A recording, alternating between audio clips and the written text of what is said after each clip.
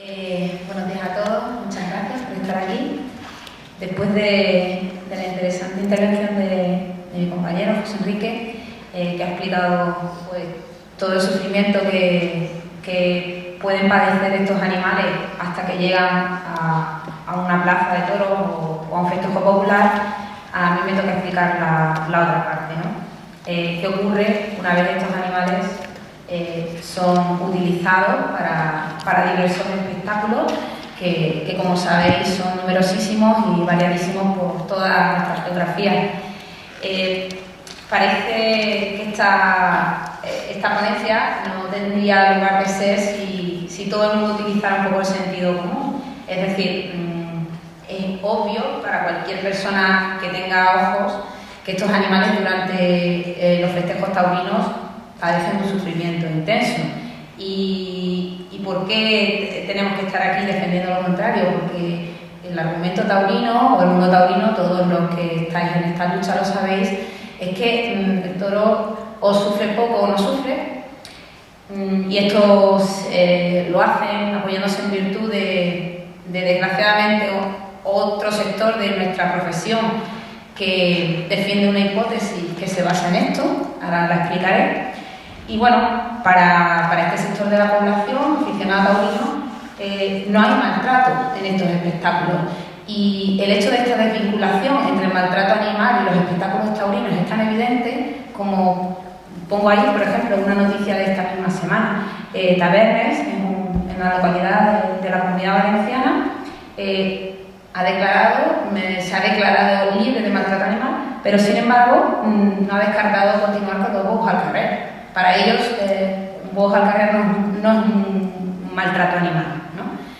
Ahora vamos a ver que la realidad es que en todos los espectáculos taurinos, y digo todos, incluidos aquellos en los que no se les hace a los animales heridas o lesiones evidentes, físicas, en todos el toro sufre intensamente. Bien, unas pequeñas pinceladas de lo que es el comportamiento y la etología del toro para que veáis hasta qué punto esos animales cuando son sacados de su entorno natural padecen un sufrimiento emocional intenso. Estos animales son, como veis, como sabéis, herbívoros domésticos, y recalco lo de domésticos porque todavía hay gente que no se ha enterado y piensa que esto es un animal salvaje. Gregarios. ¿Esto qué quiere decir? Ellos se mantienen seguros en su grupo, en su manada, y cuando se los saca fuera de ellos, pues fuera de su entorno familiar, pues sienten gran angustia.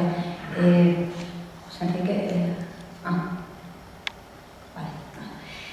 Bien, estos herbívoros no están preparados para hacer ejercicios físicos intensos y prolongados. Ahora veremos que esto les causa una serie de lesiones a nivel muscular y metabólico, y en todos los espectáculos taurinos se les obliga a hacer un ejercicio para el cual su fisiología no está preparada. Como veis ahí, solo el 3% del tiempo de su día a día lo utilizan en moverse, en explorar el terreno. El resto del tiempo están descansando, están rumiando, están comiendo.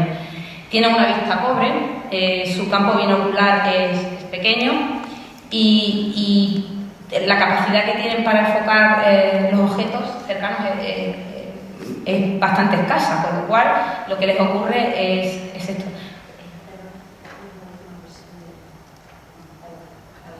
No, había otra versión posterior, pero bueno, me adapto. En realidad, estos animales lo que les ocurre cuando se les saca de su entorno familiar y están en un lugar extraño y de repente les aparecen estímulos que aparecen súbitamente, la principal emoción de estos animales es el miedo. Estos animales padecen un miedo intenso cuando de repente ven objetos fuera del sitio, ven cosas que se mueven con colores llamativos, como ocurre por ejemplo en una plaza de toros, ven una tela en movimiento, el capote, o están en un sitio oscuro, estrecho, donde no se pueden mover, como los chiqueros. Todo esto hace que el animal, ante estos estímulos y al verse solo, desarrolle un pánico, una respuesta de miedo intenso. Y vamos a ver que esta conducta de miedo la manifiestan, por ejemplo, entre otras cosas, embistiendo. La embestida es una manera para ellos de decir hay algo aquí delante que no quiero, que está en mi campo visual, me da miedo, quiero que te vayas, te he visto, vete. Esto para los taurinos pues es un poco... no lo quieren reconocer, ¿no? Porque el toro, la principal característica que hace que esta sea una fiesta vistosa es su bravura, su trapío, y decirles que el toro lo que está muerto de miedo en una plaza, pues como que no, a ellos no les cuadra, ¿no? Pero esta es la realidad. ¿Qué pasa con estos animales? Las manifestaciones externas del miedo suelen ser difíciles de observar, porque como son animales presa de otros depredadores, todos los animales que son digamos potencialmente depredados intentan ocultar estas manifestaciones de miedo o de debilidad para que los depredadores no vayan a por ellos, ¿no? Entonces es bastante difícil verlas, pero con un poquito de atención y un ojo experto sí que puede detectar manifestaciones de que estos animales están sufriendo estrés, están sufriendo miedo, angustia, y entre ellas pues vemos, pues como veis aquí, respiraciones aceleradas, abren la boca, sacan la lengua del estrés y de la angustia que tienen, vocalizaciones. Esto no es frecuente en toros adultos, pero sí en los becerros, que empiezan a mugir cuando están en la plaza, por ejemplo, en una becerrada y se les está provocando daño, dolor, etc. Las embestidas, como he dicho antes, son también una manifestación de que el animal está angustiado, que no está a gusto y que quiere quitarse del medio lo que tiene delante, que no le está gustando nada. Las sacudidas violentas del rabo, esto se puede ver si habéis visto alguna vez una corrida o un vídeo de una corrida, sobre todo cuando embisten al picador y le están clavando la puya, el animal está sacudiendo el rabo como si fuera un látigo. Esto se ha visto que en todos los bovinos es una manifestación de estrés y de angustia, ¿no? También esto de escarbar en el suelo es considerado también una manifestación de que el animal está nervioso, que está estresado. La apertura desmesurada del globo ocular, enseñando lo que es la parte blanca, la esclerótica. Antes ha enseñado José Enrique unas fotos del lañado y se veía el becerro con los ojos completamente abiertos y de esta manera. Muchas veces los toros tienen una resistencia a moverse y se quedan parados e incluso tienden a huir de lo que les provoca miedo. En una plaza de toros, a veces, los animales que se encuentran acorralados, las plazas de toros son redondas para que no se puedan ocultar en ninguna esquina ni esconder, pues ante la imposibilidad de verse en ningún sitio para resguardarse, salen huyendo, y esto también se ha visto, saltan la barrera y quieren salir como sea de ahí. En cuanto al dolor físico, ¿qué le provoca dolor físico a un toro durante la lidia? Pues como veis, todo esto. O sea, son una serie de instrumentos o instrumentos de tortura, lo podemos llamar así, o de armas, de herramientas que hacen que el toro a lo largo de la lidia pues vaya sintiendo cada vez unas sensaciones de dolor más intensas y bueno, y las lesiones son pues cada vez más serias y más graves. Lo primero que el toro siente al salir de los corrales, de los chiqueros hacia la plaza, es que le clavan la divisa, que es, como veis, este pequeño arpón que se le clava en la musculatura del morrillo y que lleva el distintivo de los colores de la ganadería. Esto nada más empezar ya, desde luego no les tiene que resultar nada agradable. Inmediatamente, como sabéis, la lidia consta de tres partes, 3 tercios que se llaman, y en el primer tercio, que es el tercio de varas, pues lo que se le hace al toro es someterlo al castigo, que está descrito así como castigo, de la puya. La puya es un instrumento, un arma metálica que tiene una punta piramidal de casi 3 centímetros, que cada una de sus aristas está afilada como la hoja de un bisturí. Corta muchísimo. En teoría, la puya debería ser colocada aquí, en esta zona, la zona del morrillo, que es una zona de una musculatura muy potente que tiene el animal. Pero sin embargo, el 70% de las puyas son colocadas detrás. Los taurinos dicen que la puya lo que sirve es para, bueno, en realidad lo que se pretende con ellas es, digamos, romper o lesionar esta musculatura para que el toro tenga más dificultad en levantar la cabeza, y es lo que ellos llaman ahormar la cabeza. que el toro vaya siempre con la cabeza baja cuando en vista. Esto da más vistosidad digamos, a las maniobras del torero cuando utiliza la muleta, el capote, queda mucho más vistoso que el toro vaya con la cabeza por debajo, ¿no? Y ese supuestamente es uno de los objetivos de las pullas, pero, sin embargo, el 70% de las pullas se colocan mal y se colocan detrás del morbillo, detrás de esta musculatura. El daño que van a hacer pues va a depender del número de veces que el toro entre al caballo, y esto depende de si estamos en una plaza de primera, de segunda o de tercera, y el lugar donde sean colocadas. Realmente vemos que lo que es el ahormar la cabeza pocas veces se consigue, y lo que realmente hace la puya es debilitar al animal con una enorme pérdida de sangre, que puede llegar hasta el 18%. Esto en un toro de 500 kilos puede llegar a ser casi 7 litros de sangre. Imaginaros al animal cuando sale del tercio de vara, pues, cómo está, ¿no?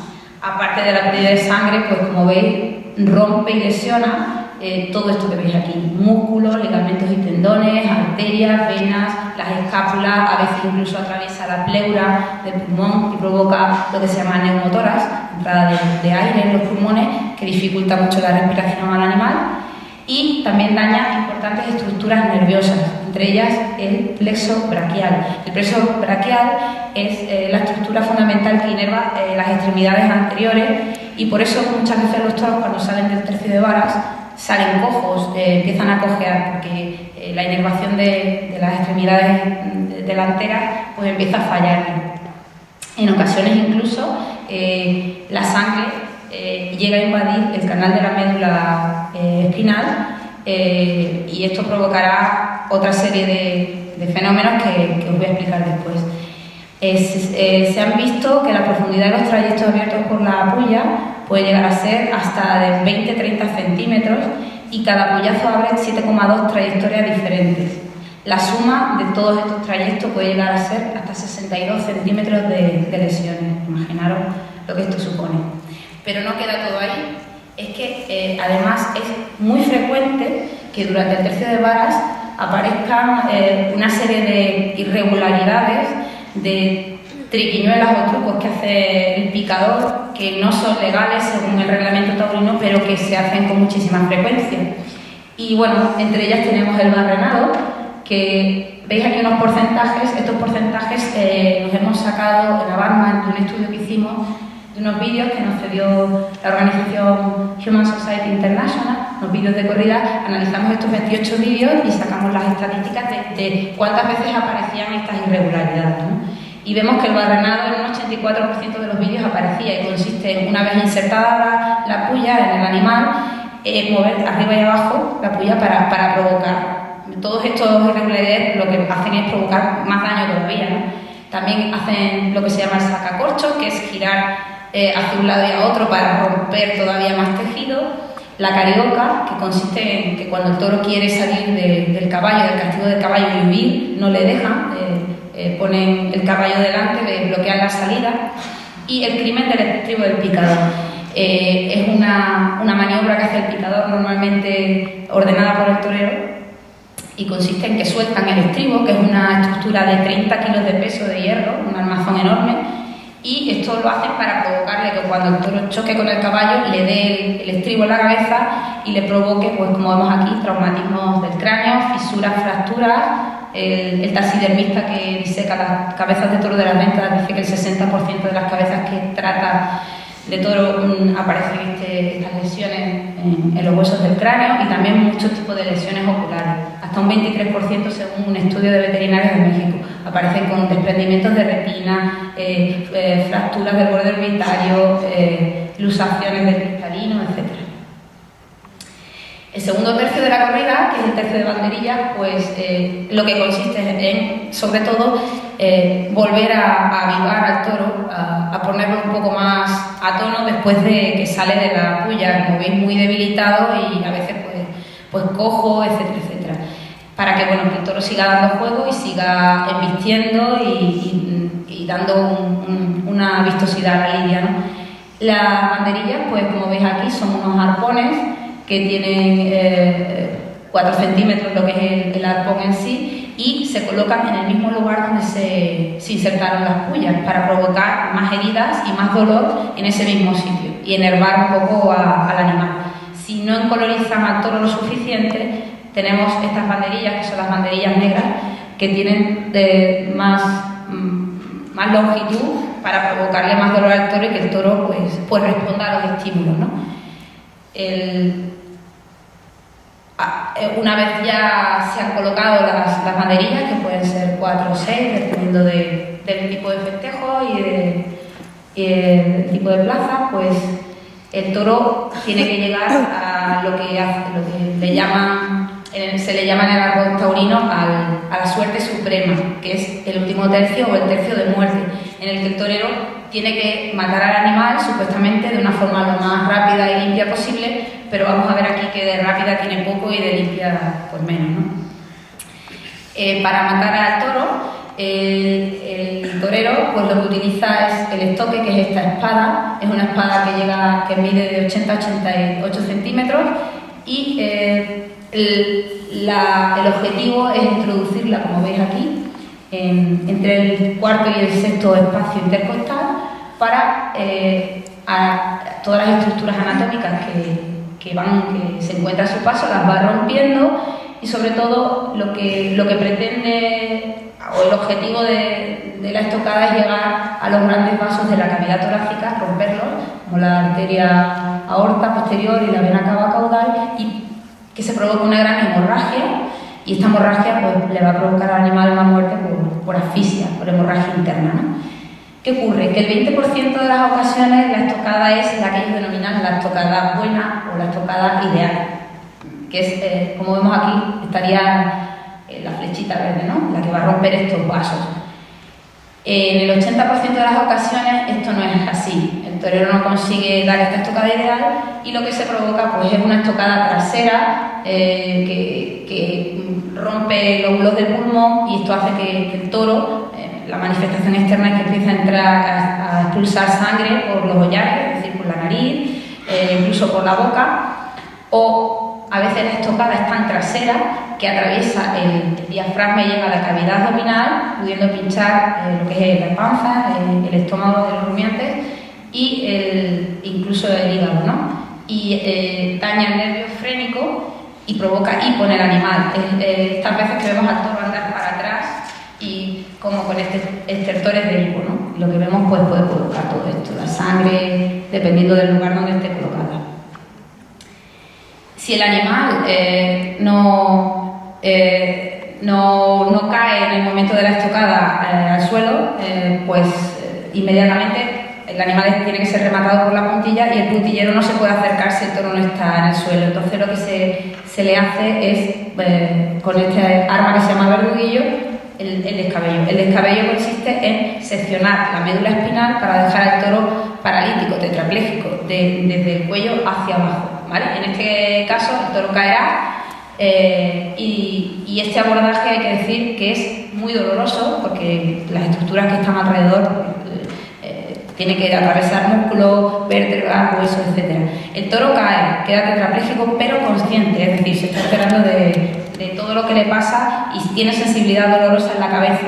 Lo digo por lo siguiente, cuando se le aplica la puntilla, como vais a ver aquí, la puntilla no es una herramienta que provoque la muerte instantánea, y muchas veces se le da la oreja al torero. Cuando le cortan la oreja, a veces el animal todavía está consciente, aunque parezca que está muerto, está teniendo sensibilidad y siente el dolor de cuando le cortan la oreja.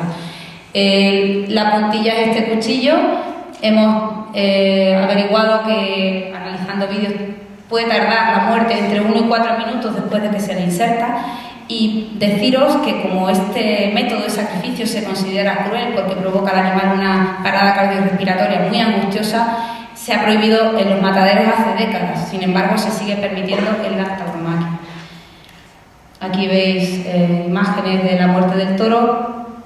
Cuando llegan al desolladero, a veces no están del todo muertos y tienen que ser rematados por los matarifes, clavándole un cuchillo en el corazón,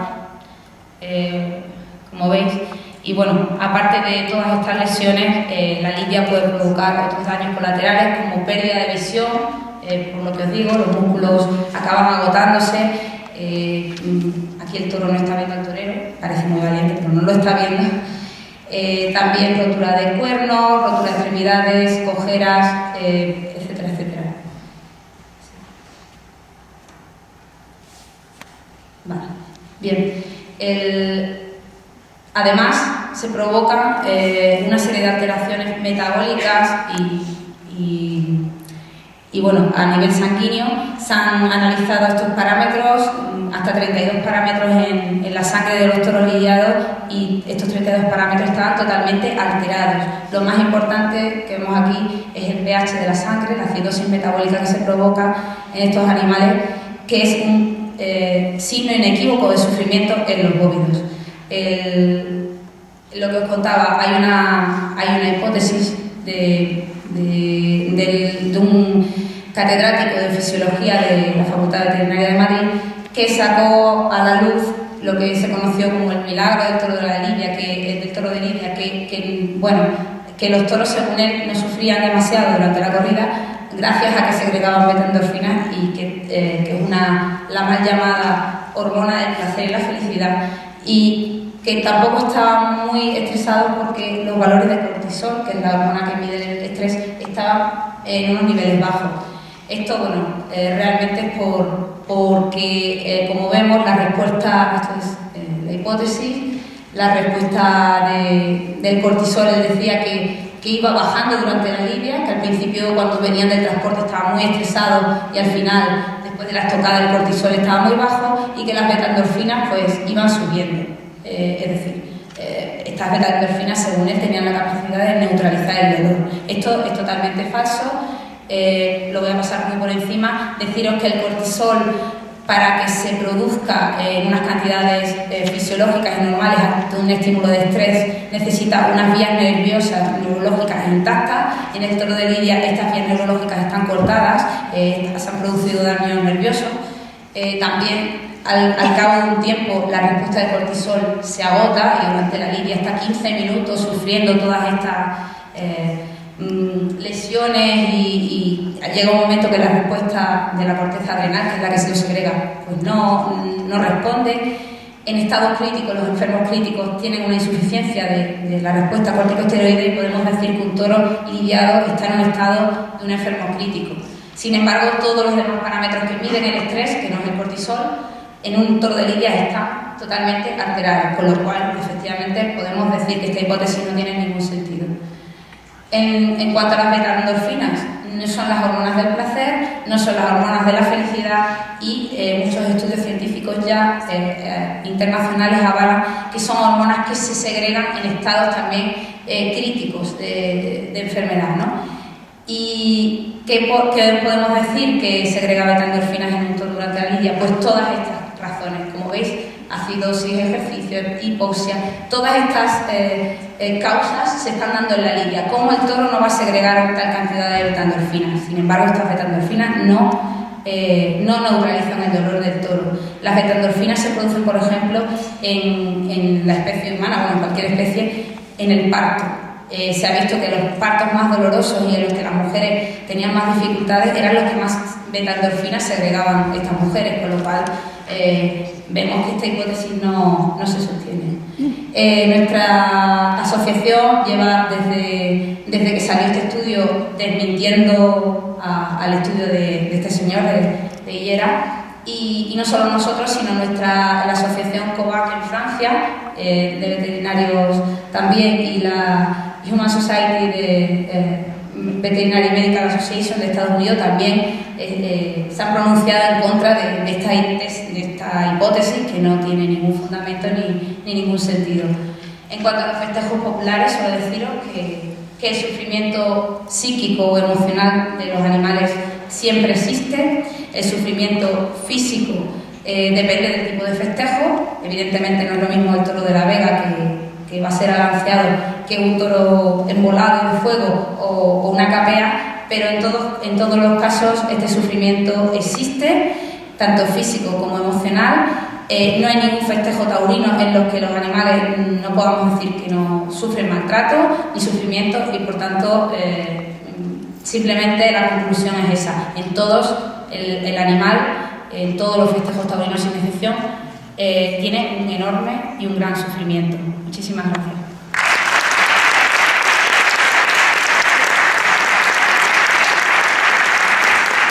Vamos a dejar las preguntas para el final, ¿vale?